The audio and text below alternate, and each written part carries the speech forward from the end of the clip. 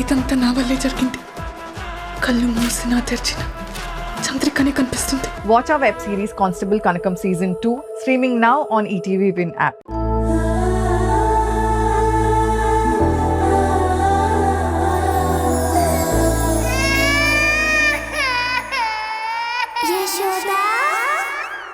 నువ్వు చెప్పు, లేదంటే ఓడిపోయానని ఒప్పుకో. చెప్తా నాకు.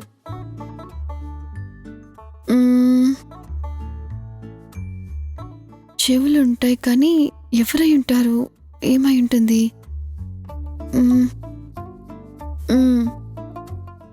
సరే, నేను ఓడిపోయాను. ఏంటో చెప్పు. తాళం చెవి. అవును కదా. టూ ఇంటెలిజెంట్ నిక్కి నువ్వు.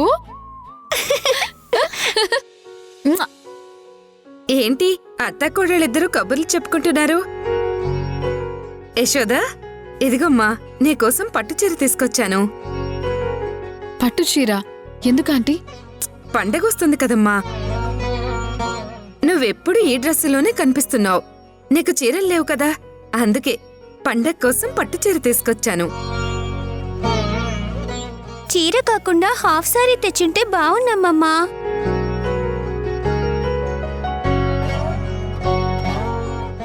ఇప్పుడు ఎందుకంటే ఈ పట్టు చీర? నేను చీరలు ఎక్కువగా కట్టుకోను. పోనీ పండగకి కట్టుకోకపోతే రేపు పెళ్ళెప్పటికైనా ఉపయోగపడుతుందమ్మా. అదిగో మామయ్య వచ్చాడు. ఏంటి మామయ్య, నీ చేతిలో కూడా షాపింగ్ కవర్స్ ఉన్నాయి. నువ్వు కూడా పండక్కి బట్టలు కొన్నావా? ఇవి నా కాదమ్మా, మీ అత్తకి.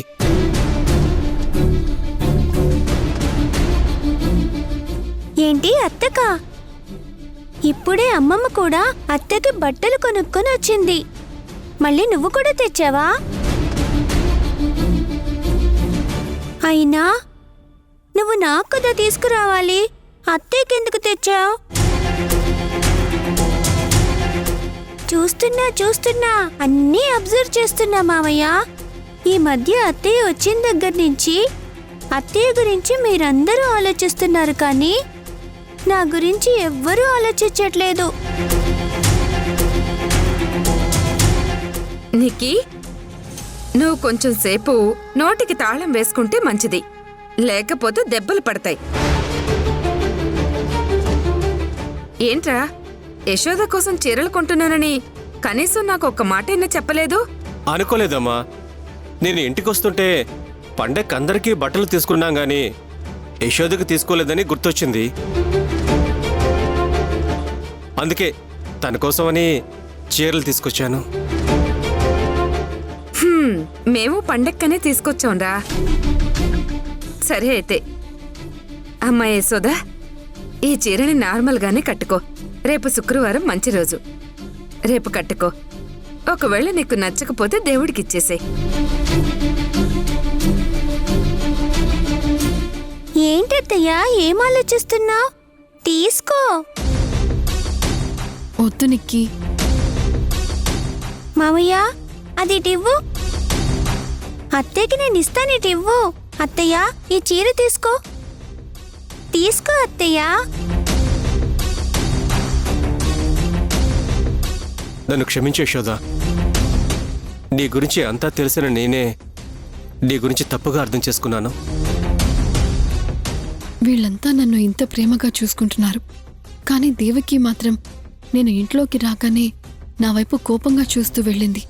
అసలేం జరుగుతుందో నాకు అర్థం కావడం లేదు.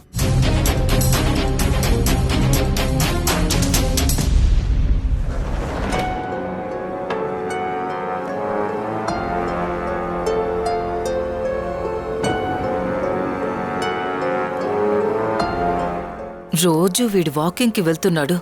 కొంపతీసి ఆ యశోద కూడా వాకింగ్కి వస్తుందా ఏంటి? ఎరా, వాకింగ్కి నువ్వు ఒక్కడివే వెళుతున్నావా, లేకపోతే ఆ యశోద కూడా వస్తుందా?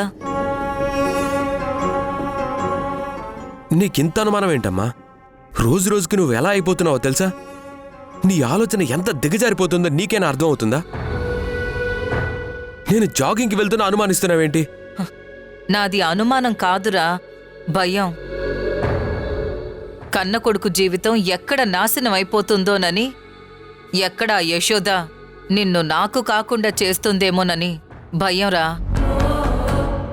ఆ భయమే నన్ను ఇలా ఆలోచించేలా చేస్తుంది. అమ్మా, నేనేం చేసినా చాలా ఓపెన్గానే చేస్తాను. యశోదని కలవడానికి వెళ్తుంటే కలవడానికి వెళ్తున్నానని చెప్తాను, లేకపోతే లేదు. అయినా రోజు యశోద నేను కలుసుకుంటూనే ఉన్నాం. అలాంటప్పుడు ఈ వాకింగ్ని అడ్డం పెట్టుకుని నేను తనని కలుసుకోవాల్సిన అవసరమే ఉంది? అయినా మేమేం తప్పు చేస్తున్నామని దొంగచాటుగా నీకు తెలియకుండా కలుసుకోవాలి? చూడమ్మా, నీ మనసు ప్రశాంతంగా ఉన్నప్పుడు నువ్వు ఆరోగ్యంగా ఉంటావు. నీ మనసు ప్రశాంతంగా ఉండి నువ్వు మంచి జరగాలని కోరుకుంటున్నప్పుడు మాత్రమే మంచి జరుగుతుందమ్మా. అలా కాకుండా నువ్విలా గుళ్ళకి ఎన్నిసార్లు తిరిగినా, నువ్వెన్నిసార్లు మొక్కుకున్నా ఆ దేవుడు నీ మొర ఆలకించడు.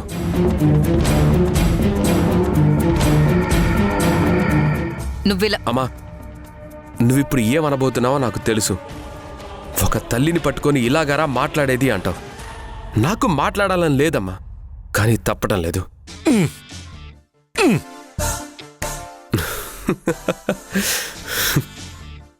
ఏంట్రా, నేను వాకింగ్ చేయకూడదా ఏంటి? ఏంటా నవ్వు?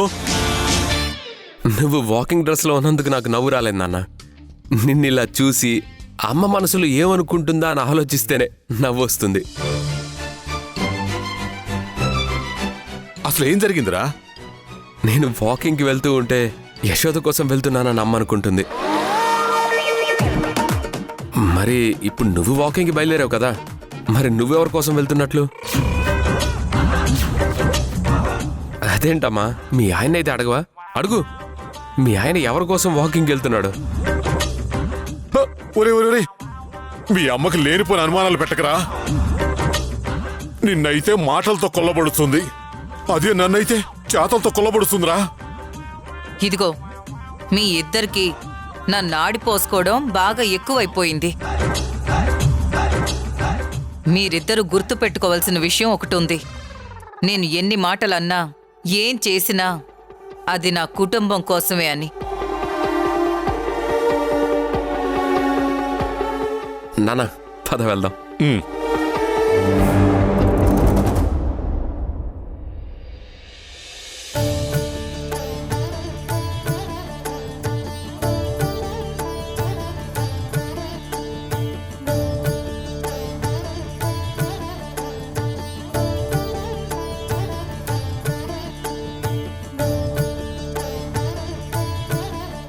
తులసమ్మ, నాకు ఎలాగైనా ఆ 700 కోట్లు దక్కేలా చూడు.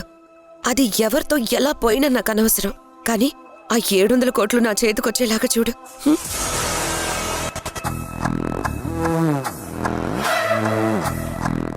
దేవకి, ఏంట్రా?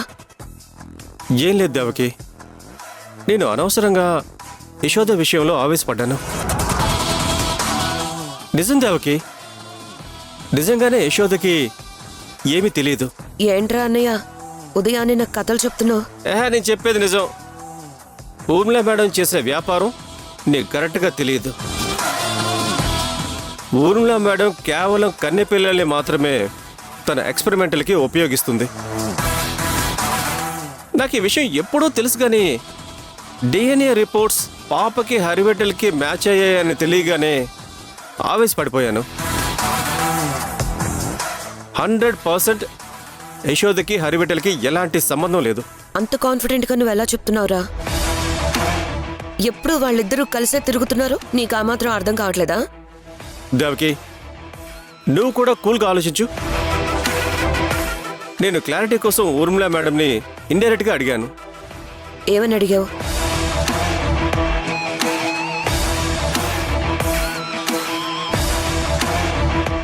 మనం కన్నె పిల్లల్ని మాత్రమే తల్లులుగా చేస్తాం.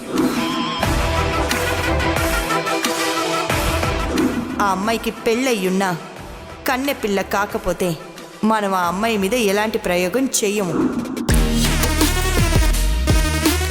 అది జరిగింది. అందుకేనా నువ్వు నీ కాబోయే ఆవిడికి చీర కొనుక్కొని తీసుకొచ్చావు? అవును దేవకి. అబ్బో, నీకు సిగ్గుపడ్డం కూడా వచ్చేంట్రా?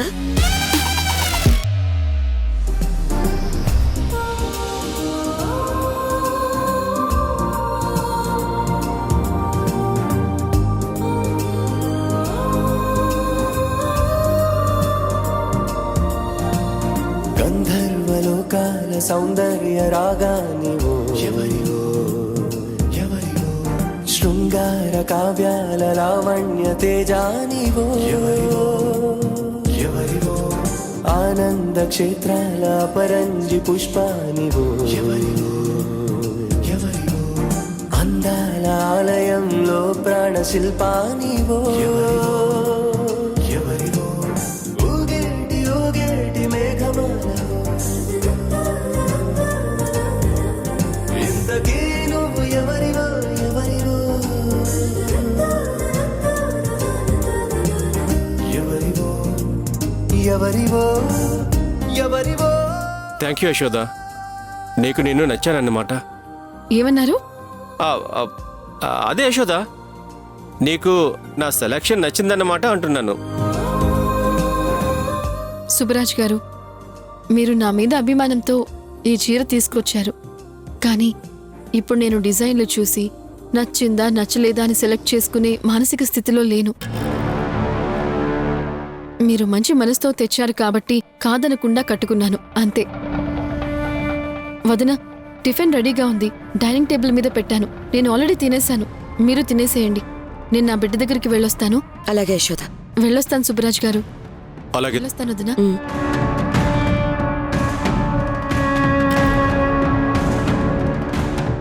నేనిచ్చిన చీర కట్టుకుని రాగానే యశోద మనసులో నేనున్నానేమో అనుకుని ఆనందపడ్డానే గాని క్షణంలోనే నా ఆనందం మీద నీళ్లు చల్లేసింది.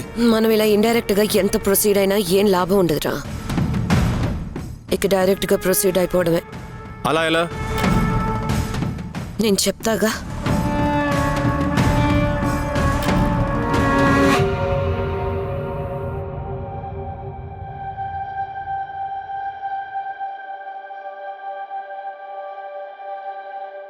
సార్, ఏమన్నా తీసుకురావాలా?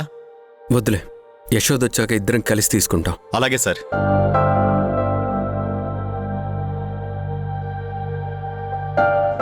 వాకింగ్కి నువ్వు ఒక్కడివే వెళుతున్నావా, లేకపోతే ఆ యశోద కూడా వస్తుందా? ఎక్కడ ఆ యశోద నిన్ను నాకు కాకుండా చేస్తుందేమోనని భయంరా. అమ్మ యశోద మీద పూర్తి నెగిటివ్గా ఉంది. ముందు అమ్మ మనసు మార్చాలి. అమ్మ ప్రేమిస్తే ఎంతలా ప్రేమిస్తుందో, ద్వేషిస్తే అంతలా ద్వేషిస్తుంది. అమ్మ గురించి నాకు తెలుసు. యశోద గురించి పూర్తిగా అర్థం చేసుకుంటే కన్న తల్లి కంటే ఎక్కువగా చూసుకుంటుంది. అమ్మ మనసు మార్చే సిచ్యువేషన్ ఒక్కటంటే ఒక్కటి దొరికినా చాలు.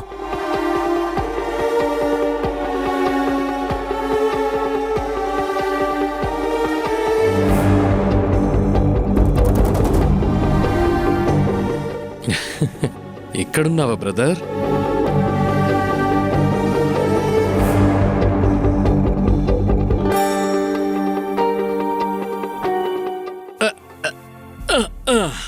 Hi brother.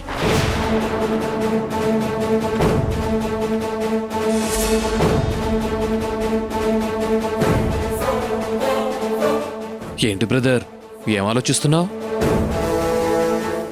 ఈరోజు యశోదతో ఎక్కడెక్కడ తిరుగుదామా, ఎక్కడెక్కడ టైం స్పెండ్ చేద్దామా అని ఆలోచిస్తున్నావా? రై, చంపేస్తాను. మర్యాదగా ఎక్కడి నుంచి వెళ్ళిపో. హరి బ్రదర్, నేనేమన్నానని? ఎందుకంత కోపం బ్రదర్? అయినా రోజు మీరు చేసే పనే కదా. బాబాయ్, గొడవలు ఎందుకు? మామూలుగా మాట్లాడుకోండి. చూడు బ్రదర్, నీ పద్ధతి ఏం బాలేదు. నువ్వు చదువుకున్నవాడివి, మంచివాడివి. నువ్వే ఇలా ఆవేశపడితే ఎలా? నువ్వు నా బాధను అర్థం చేసుకోకుండా నీ కోపాన్ని చూపిస్తున్నావు. చూడు బ్రదర్, ఎప్పుడు యశోద గురించే కాదు, నా గురించి ఆలోచించు. ప్రాణానికి ప్రాణంగా ప్రేమించాను బ్రదర్ యశోదని. పీటల మీద పెళ్ళాగిపోయింది. పీకల్లోతో బాధలో ఉన్నాను. నువ్వు యశోద ఎక్కడుందో చెప్పు, వెళ్ళి తాళి కట్టేస్తాను. నువ్వు యశోదని ఎంత మోసం చేశావో నేను కళ్ళారా చూశాన్రా. నేను బ్రతికున్నంత వరకు నీలాంటి యదవ నీడ కూడా యశోద మీద పడనివ్వను. గుర్తుపెట్టుకో, యశోద మెడలో ఎప్పటికైనా తాళి కట్టేది నేను. యశోద చిటికెన వేలు పట్టుకొని అగ్ని సాక్షిగా 7 అడుగులు వేసేది నేను. ఒక నిమిషం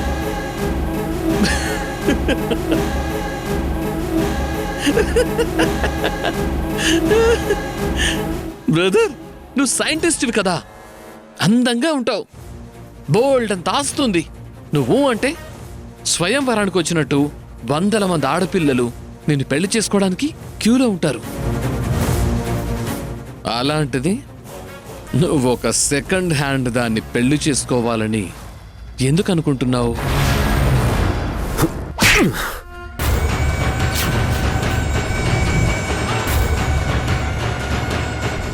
హరి హరి ఆగు.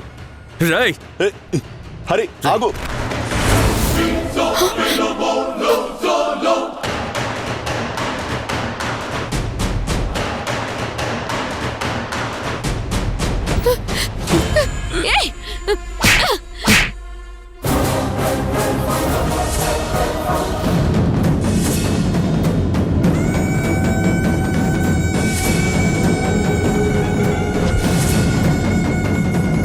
నా ప్రేమని మాటల్లో చెప్పలేను, చేతల్లో మాత్రమే చూపించగలను. తెల్లారితే మన పెళ్ళి, నీ జీవితం నా జీవితం మారిపోతుందనే ఆనందంలో ఉన్నాను.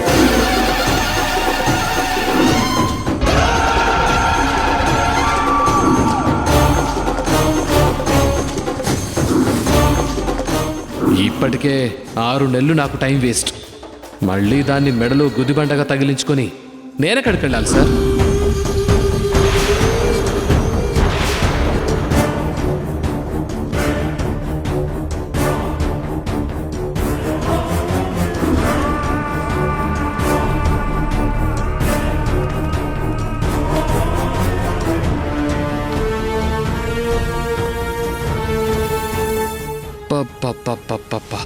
భలే దొరికావే.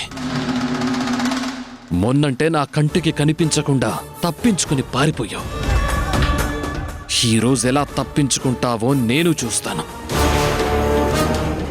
రై, మర్యాదగా వెళ్ళు, లేకపోతే చంపేస్తాను. మీరందరూ బేసిక్గా మంచోళ్ళురా. ఒక్కసారిగా నాలాగా దుర్మార్గుడిగా మారాలి అంటే చాలా కష్టం మీకు. కానీ నేను పుట్టుకతోనే ఎదవని. చూడు పాప యశోదా, నువ్వు అరిచినా గీ పెట్టినా ఈరోజు నేను నీ మెడలో తాళి కడతాను.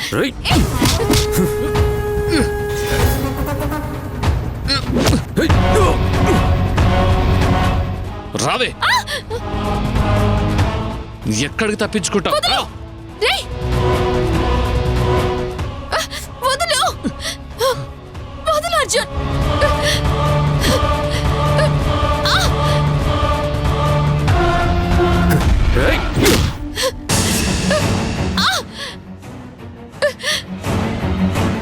యశోదా, యశోదా, యశోదా, యశోదా.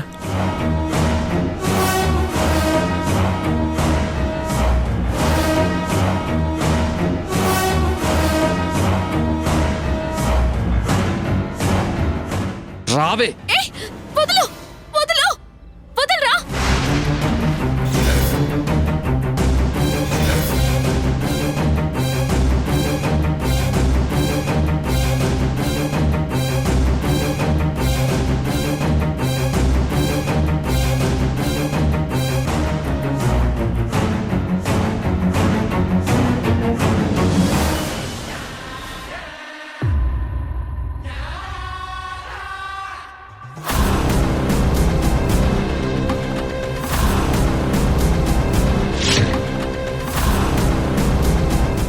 యశోద కళ్ళలో నీళ్లు రాకుండా చేయాలనేదే నా లక్ష్యం రా. అలాంటిది యశోద రక్తం నేను చూసేలా చేశావు. నిన్ను వదలను, అలాగే యశోద చెయ్యి వదలను.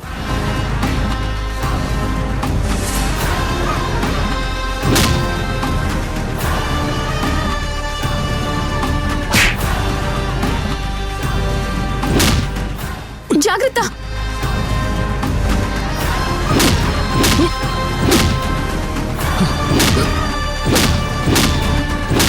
బాబు, హరి బాబు, హరి.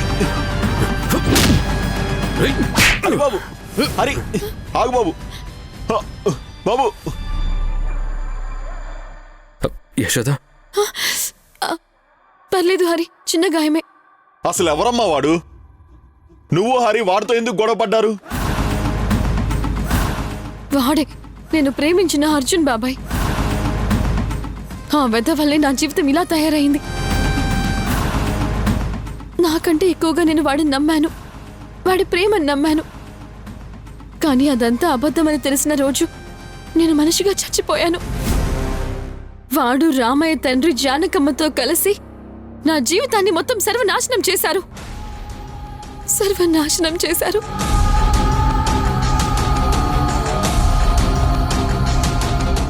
యశోద,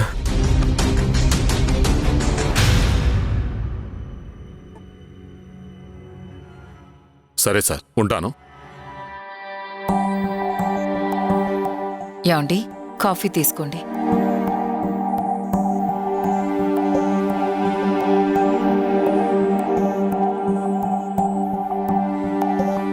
యాండి, నేనొకటి అడుగుతాను, మీ మనసులో ఉన్నది ఉన్నట్టుగా చెప్తారా? ఏంటి దాక్షాయని కొత్తగా అడుగుతున్నావు? నేను ఎప్పుడైనా అబద్ధాలు చెప్పానా, లేక నీ దగ్గర నిజాలు దాచానా? అలా కాదండి, ఇది నా అనుమానం మాత్రమే. ఆ అనుమానమే నిజమేమోనని రోజు రోజుకి నా అనుమానం బలపడుతూనే ఉంది. సరే, నీ మనసులో ఉన్న అనుమానం ఏంటో బయటికి కక్కై. నేను యశోదాని తిట్టినప్పుడల్లా మీరు సైలెంట్గానే ఉంటున్నారు. అంతేకాదు, హరివిట్టల్ నా మీద కోప్పడుతున్నప్పుడల్లా, నేను హరివిట్టల్ మీద కోప్పడుతున్నప్పుడు మీరసలు మధ్యలోకి రావడం లేదు. దానికి కారణం ఏంటి?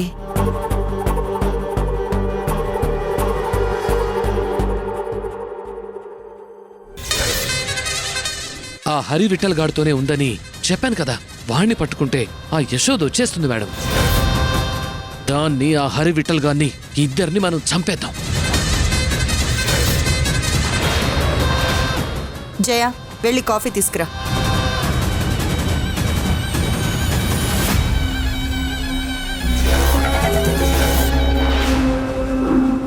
అది సోదమ్మాయి కాదు, యశోద.